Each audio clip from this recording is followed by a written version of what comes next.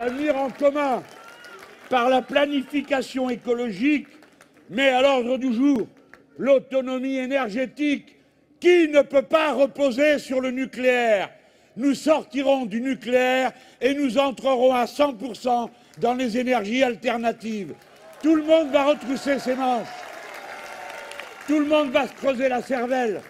Mais ce sera la honte de voir que la France, avec 1000 km de côte, n'a qu'une seule éolienne offshore qui a été établie au large de Saint-Nazaire. Nous en mettrons autant qu'il en faudra, aussi vite qu'il le faudra, pour relever entièrement le danger que représente le nucléaire civil en toute hypothèse.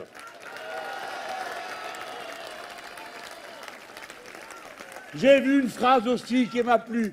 J'ai pensé qu'elle vous plairait aussi, puisque vous êtes venu ici pour faire exactement le contraire. Il dit, Monsieur Macron, c'est bien ce chemin qui doit être poursuivi. Le chemin de cette catastrophe permanente qu'a été son mandat pour les salariés doit être poursuivi. Le chemin qui dure depuis 20 ans. Et blabli, et blabla, Monsieur Chirac, Monsieur Sarkozy, Monsieur Hollande, Monsieur Macron, compétitivité, flexibilité, modernité, moins d'impôts. Et oui, ça recommence. Et il dit moins d'impôts. Ah bon, moins d'impôts, de production. Mon Dieu, des impôts sur la production. Eh bien, produisez sans route, produisez sans électricité, produisez sans travailleurs formés à haut niveau. Pourquoi vous voulez réduire les impôts de production?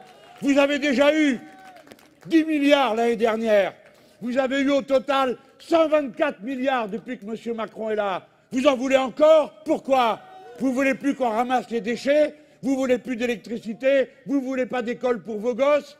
Vous ne voulez pas de route? C'est ça que vous voulez? Non, bien sûr. Alors si vous le voulez, vous le payez. Et les intelligents qui me donnent à chaque élection des leçons de raison. Vous dépensez trop, Monsieur Mélenchon. Vous vivez au-dessus de nos moyens. Non, les riches de ce pays vivent au-dessus de nos moyens. Mais qui sont ces gens qui me donnent des conseils et me réprimandent? Monsieur Chirac, 300 milliards de dettes supplémentaires. Monsieur Sarkozy, 630 millions de dettes supplémentaires. Monsieur Hollande, 345 milliards de dettes supplémentaires. Monsieur Macron, 500 milliards de dettes supplémentaires. L'économie, c'est comme le chauffage central. À un endroit, il y a de l'eau, on la réchauffe et ça tourne et tout le monde en profite.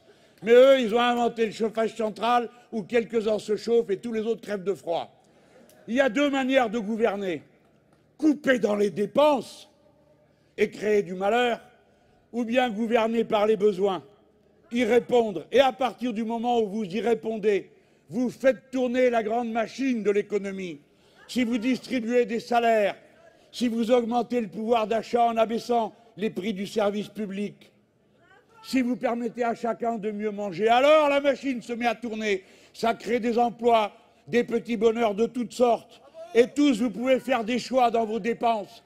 Vous pouvez, parce que vous êtes mieux payé, choisir le bon manger et commencer à alléger le prix du malheur. C'est celui que nous coûte leur inconscience, leur insouciance incroyable, puisque les revoilà en train de vous dire qu'ils vont payer, il faut payer moins d'impôts. Et pour augmenter votre pouvoir d'achat, eh bien, ils continueront à chercher à faire baisser les dépenses essentielles de votre existence. Par exemple, celles pour votre nourriture. Ça coûte 50 milliards par an à la sécurité sociale, qu'il y ait trop de sel, trop de sucre dans les aliments, déclenchant une épidémie de diabète, une épidémie d'obésité, contre laquelle il n'y a pas un mot dans son foutu programme, alors que ça a augmenté d'une manière incroyable dans notre pays.